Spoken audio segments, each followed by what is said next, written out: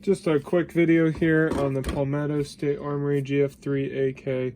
Have a few issues with it. I'm about to send it in for warranty, and we'll see what they can do about it. I think there's 4 issues. The first, if we look in here up close at the front sight, this rifle is zeroed right now at 100 yards, and it's pushed notably far to the left. If we look at the drum, it's sticking out quite a bit over there, barely at all here, which indicates that front sight's probably canted, so I'm going to mention that. The next issue, the primary issue, if we zoom in here, the safety selector, if you push it up to safe, it should sit right about there, but there's this large gap. Either the selector hole is out of spec or the dust cover is out of spec. With the way that it is, it can move up additional space, which then is causing that scratch there on the receiver, which I don't really care about, aside from the fact that it causes another issue, which I'm going to remove the dust cover to show you. Keep in mind, this is up right where it sits with the dust cover. Okay, now if I charge the rifle, you can see that popped that up because that angle, it allows it to sit, is too high. It should sit right on the lip there, and when you charge, it should stop, but it's just a little bit too high, and that causes that to fling up.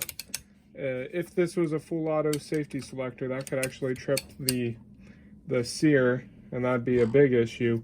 They have a semi-auto selector in here, so no kaboom with that, but still it could get your rifle a little janked up if you're trying to use it and you charge with the weapon on safe. If we look in here up close, don't know how well you'll be able to see, there are some light marks there from the 1 or 2 times that happened to me at the range with the safety selector sweeping up over the dust cover.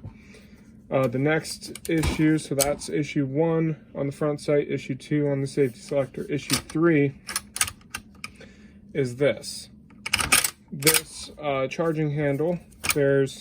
I'll give you a close-up, but there's a bit of a gap where the bolt carrier and the piston meet. If we zoom up here, you can see that as this charging handle comes back, if that gap gets caught, it can rest right there. Now, this has caused no reliability issues during shooting.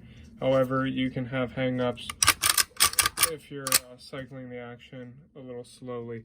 It was worse straight out of the box. It broke in a little bit. Still, I'm not sure how I feel about that gap, catching up on other metal parts through operation. So if we remove the recoil spring, our last issue here, which I need to confirm, but I believe, yeah.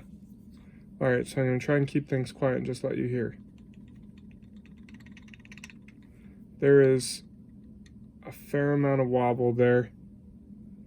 And actually, it looks like there's slight deformation here on this pin, and you can see a better representation of that gap. I believe this piston should be flush to the bolt carrier, but there's probably about a millimeter and a half gap. So those are the 4 issues. I've put 240 rounds through this, discovering these issues. I've had no actual problems with firing, ejecting, cycling, anything like that. So functionality-wise, it's been fine.